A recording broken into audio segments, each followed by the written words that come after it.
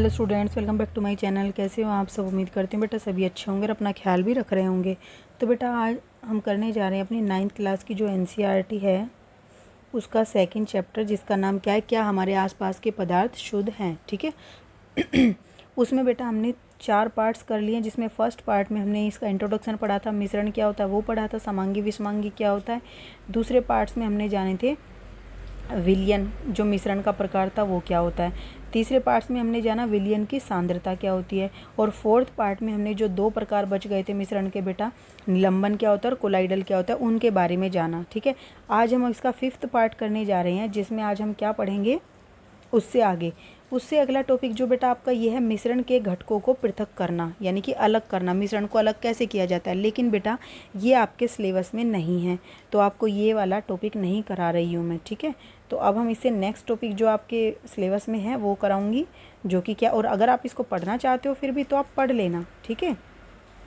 उसके बाद बेटा हम पढ़ेंगे यहाँ से, ये सब आपका उसमें नहीं आ रहा है। ओके। अब आप पढ़ोगे सीधा भौतिक एवं रासायनिक परिवर्तन क्या होते हैं। ठीक है।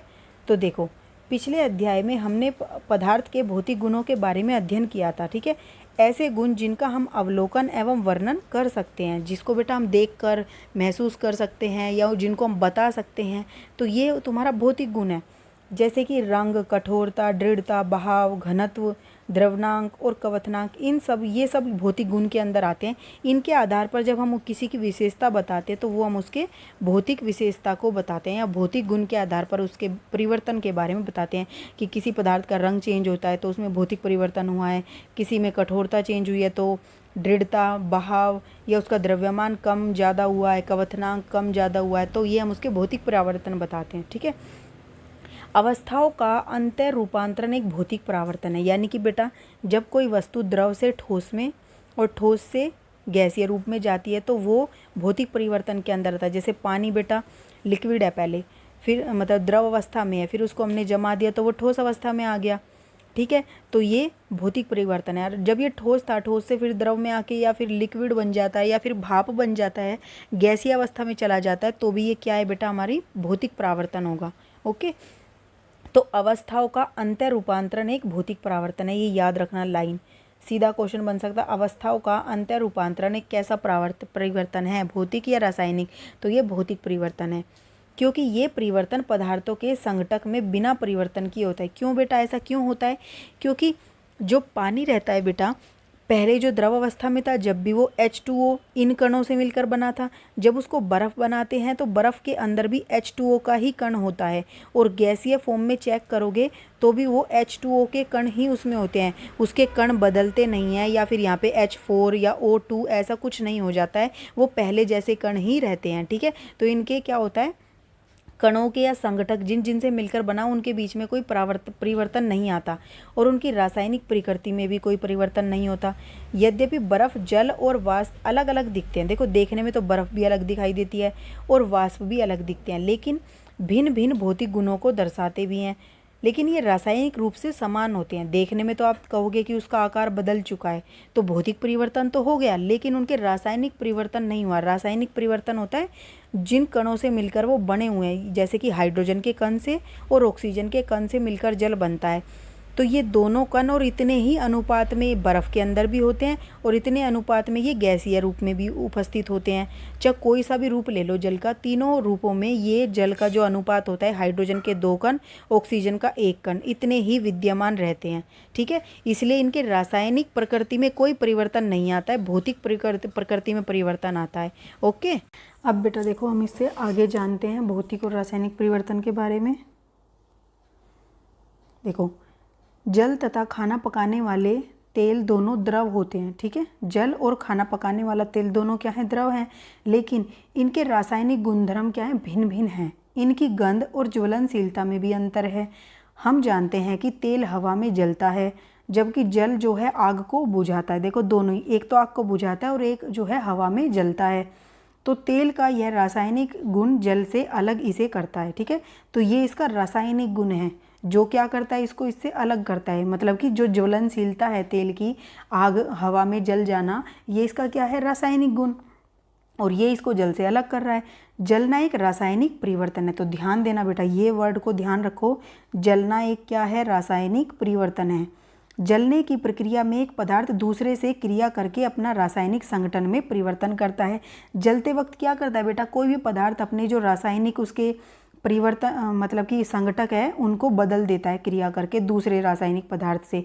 जैसे एक कागज़ को तुम जलाते हो बेटा, तो कागज़ जलने के बाद क्या बन जाता है? राख बन जाता है। तो पहले तो वो कागज़ था, उसका कुछ और मतलब कि पदार्थ का रासायनिक गुण था, अब कुछ और हो गया। ठीक है, रासायनिक परिवर्तन पदार्थ के रासायनिक गुणधर्मों में परिवर्तन लाता है।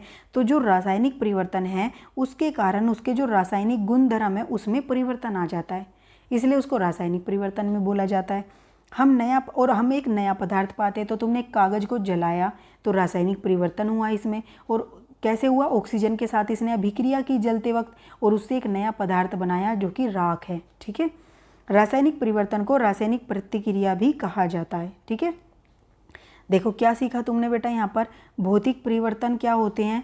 जो कि रंग, आकार, क्वथनांक, गलनांक, इन सब में कोई परिवर्तन आता है, कठोरता, दृढ़ता, इन सब में। ठीक है, रासायनिक परिवर्तन क्या होता है? और इसमें कोई नया पदार्थ नहीं बनता है, और किसी भी पदार्थ का अंतर रूपांतरण, ठीक है, अवस्थाओं का अंतर रूपांतरण भौतिक परिवर्तन में आता है। यानी कि कोई भी वस्तु की द्रव अवस्था, लिक्विड द्रव अवस्था, ठोस अवस्था, गैस अवस्था, किसी भी एक पदार्थ की भौतिक परिवर्तन कहलाती है।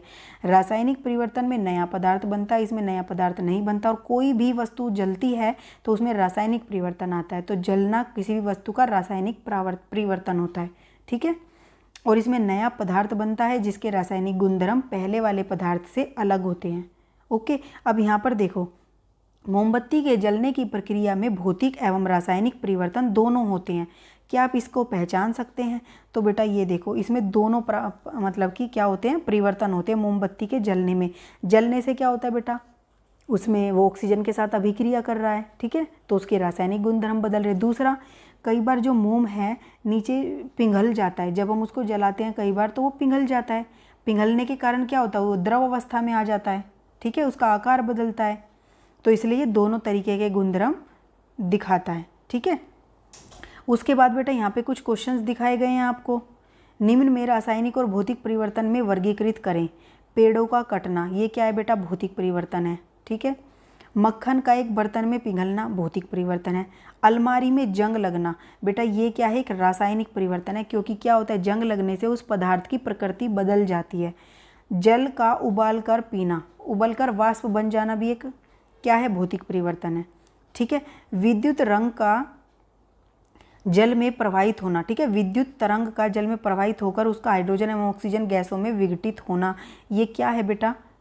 विद्युत तरंग का जल में प्रवाहित होना। ठीक है, जो विद्युत है बेटा वो जल में प्रवाहित होती है, तो उसमें भी कुछ रासायनिक परिवर्तन आते हैं, ये रासायनिक हो गया।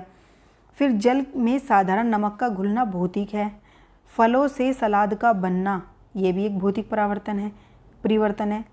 लकड़ी और कागज़ का जलना, लकड़ी और कागज़ जब जलती है बेटा तो जलना क्या होता है? रासायनिक परिवर्तन।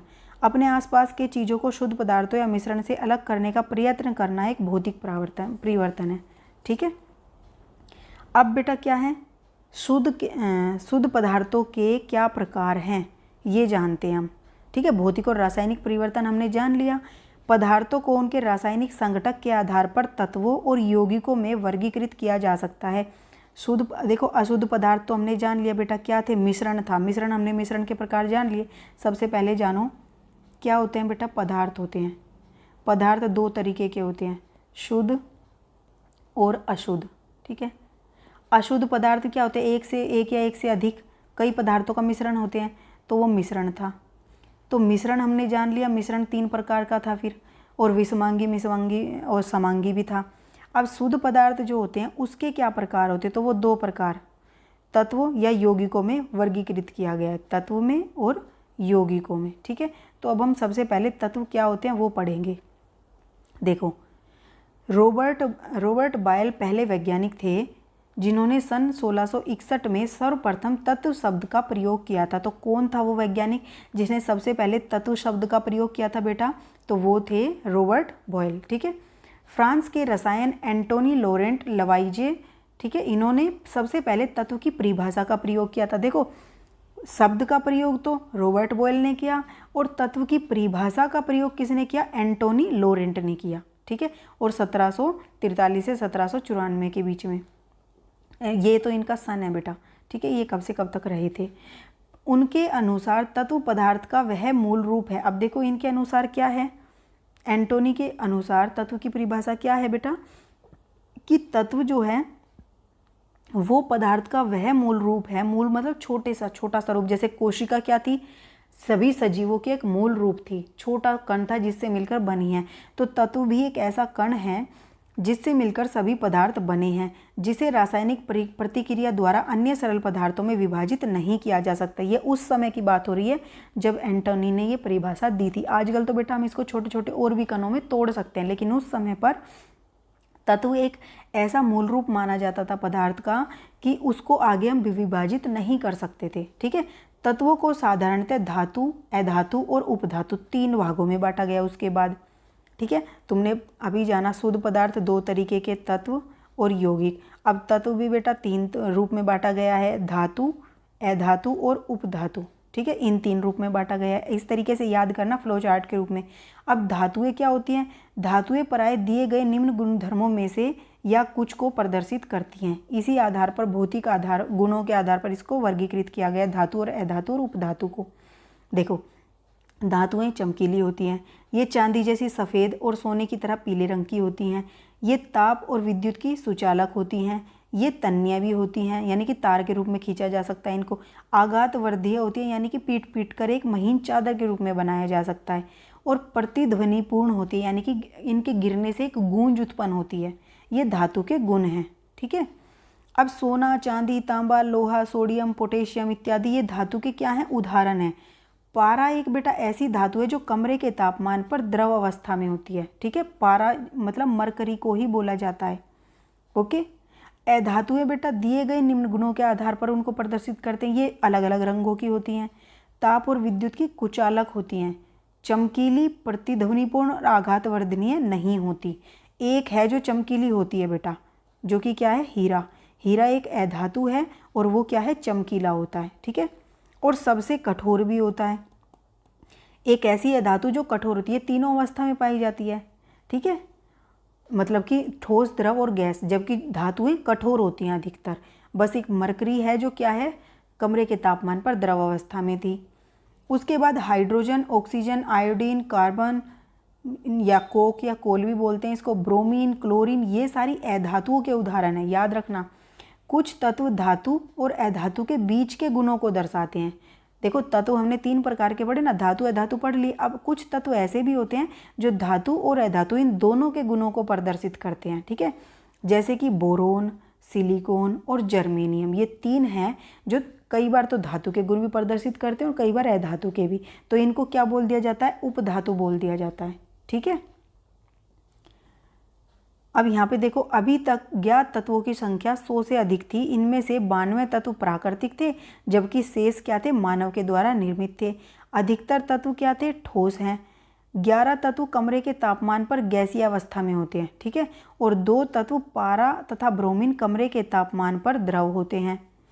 ओके, तो अभी तक तत्वों की जो संख्या ज्ञात है, वैसे तो बेटा 118 है, यहाँ पे 100 दी गई है तो आप 100 पढ़ो, जिसमें से 92 प्राकृतिक हैं और जो बच गए 8 वो मानव के द्वारा निर्मित थे। अब इन 100 तत्वों में से 11 ऐसे हैं जो कमरे के तापमान पर गैसीय अवस्था में होते हैं और 2 तत्व पारा और ब्रोमीन कमरे के तापमान पर द्रव अवस्था में होते हैं। ठीक है, गैलियम और सीजियम तत्व कमरे के तापमान से कुछ अधिक तापमान पर द्रव अवस्था ले लेते हैं। मतलब कि ये तो कमरे के तापमान पर थे, अगर कमरे से थोड़ा सा और तापमान बढ़ा दिया जाए तो गैलियम और सीजियम भी ऐसे तत्व बन जाएंगे जो क्या हैं? द्रव अवस्था में होते हैं। ठीक है, ये हमने तत्वों के बारे में सारी इन्फॉर्मेशन ज्ञात कर ली बेटा। अब हम अपना जो यौगिक चैप्टर है उसको अपनी नेक्स्ट वीडियो में करेंगे। ठीक है, उम्मीद करती हूँ आपको आज का टॉपिक अच्छे से समझ आ गया होगा। फिर भी कोई डाउट हो बेटा तो कमेंट बॉक्स में पूछ लेना। इस वीडियो में इतना ही, अपना नेक्स्ट टॉपिक नेक्स्ट वीडियो में करेंगे। तब तक के लिए ऐसे हंसते रहिए, मुस्कुराते रहिए, पढ़ते रहिए और आगे बढ़ते रहिए। Thank you.